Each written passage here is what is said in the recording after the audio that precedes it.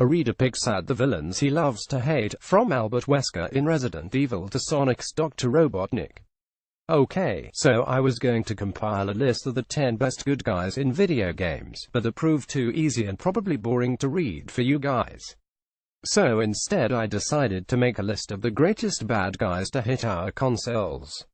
After all, everybody likes a good bad guy oxymoron alert. Which proved to be a bit harder than I had imagined, yet a lot more fun. Bad guys are a staple diet of any good video game. I've compiled a list, but please understand that I really can only rate the bad guys of the games I've played. I'm sure there are more, so feel free to bring them on.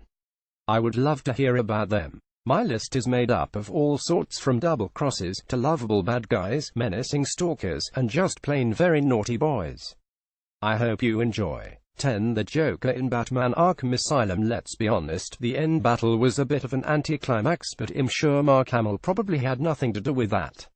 He puts on quite a show, and in my humble opinion he absolutely nails it in this performance. He's constantly antagonizing Batman throughout the game, and he's incredibly infectious to listen to.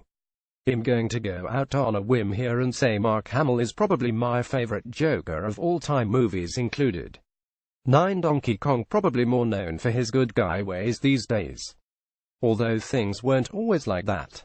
This hefty muscle of an ape was hurling barrels at our favorite mustachioed plumber since before most of us were even born. He will always be one of Mario's very first archenemies, and for that he deserves a place on this list. 8. Dr. Robotnik Eggman in Sonic the Hedgehog series. He always looked a bit like he was drawn up one afternoon by some school child on a work experience course, if I'm honest. Fortunately for him, his endless array of technology and weapons is slightly more imaginative. He has certainly kept Sonic the Hedgehog on his toes for the best part of 25 years. He is slowly becoming an iconic character in gaming. 7. Albert Wesker in Resident Evil franchise. There was no bigger snake in Resident Evil than this guy, and I include the one in the loft with that. The acting may have been terrible in the game, but he had me totally sucked in from the start. He's been making a nuisance of himself ever since and should not be trusted. 6. Sephiroth in Final Fantasy VII. Such a great game, which goes down so well in the hearts of gamers who played it. Sephiroth played just as much of an important role in the whole Final Fantasy VII saga as Cloud and his companions, that there was no way this guy would make the list.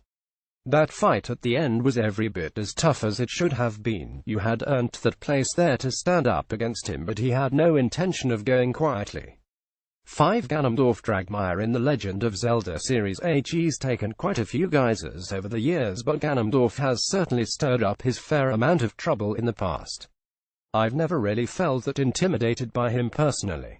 In a sort of Alan Rickman in Die Hard kind of way, I knew he shouldn't be messed with. But any problems he has are normally in his own head. It's just a shame the whole of Hyrule has to suffer for it, that's all. 4. The Tyrant in Resident Evil 1. Oh my god, have you ever been stuck in a tech lab being stalked by somebody who wants to kill you with only the sound of the footprints to keep you company? Hopefully you haven't. This was a moment for most gamers at the time who didn't realize games could make you feel so unsafe. That sound, thud, thud, thud, still chills my bone to this day. The Tyrant was a menace and could easily be one of the most intimidating characters in gaming history. 3. M. Bison in Street Fighter 2. I know Seth is a right royal pain in the backside, but he does cheat to win.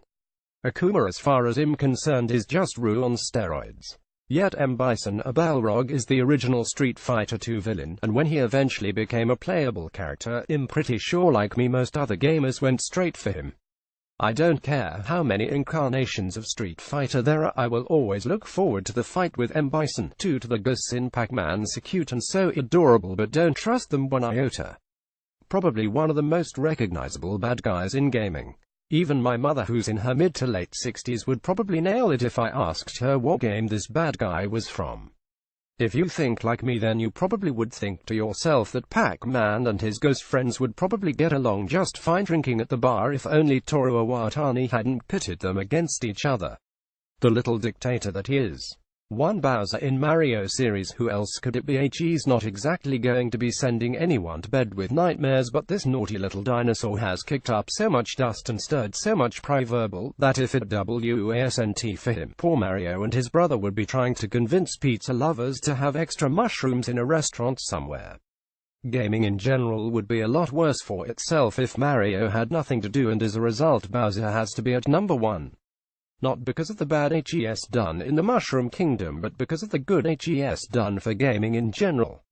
Now there's my oxymoron, a truly good bad guy. Bowser, I salute you, sir. By Reader Freeway 77. The Reader's feature does not necessarily represent the views of Game Central or Metro. You can submit your own 500 to 600 word reader feature at any time, which if used will be published in the next appropriate weekend slot. As always, email gamecentral@okmetro.co.uk and follow us on Twitter.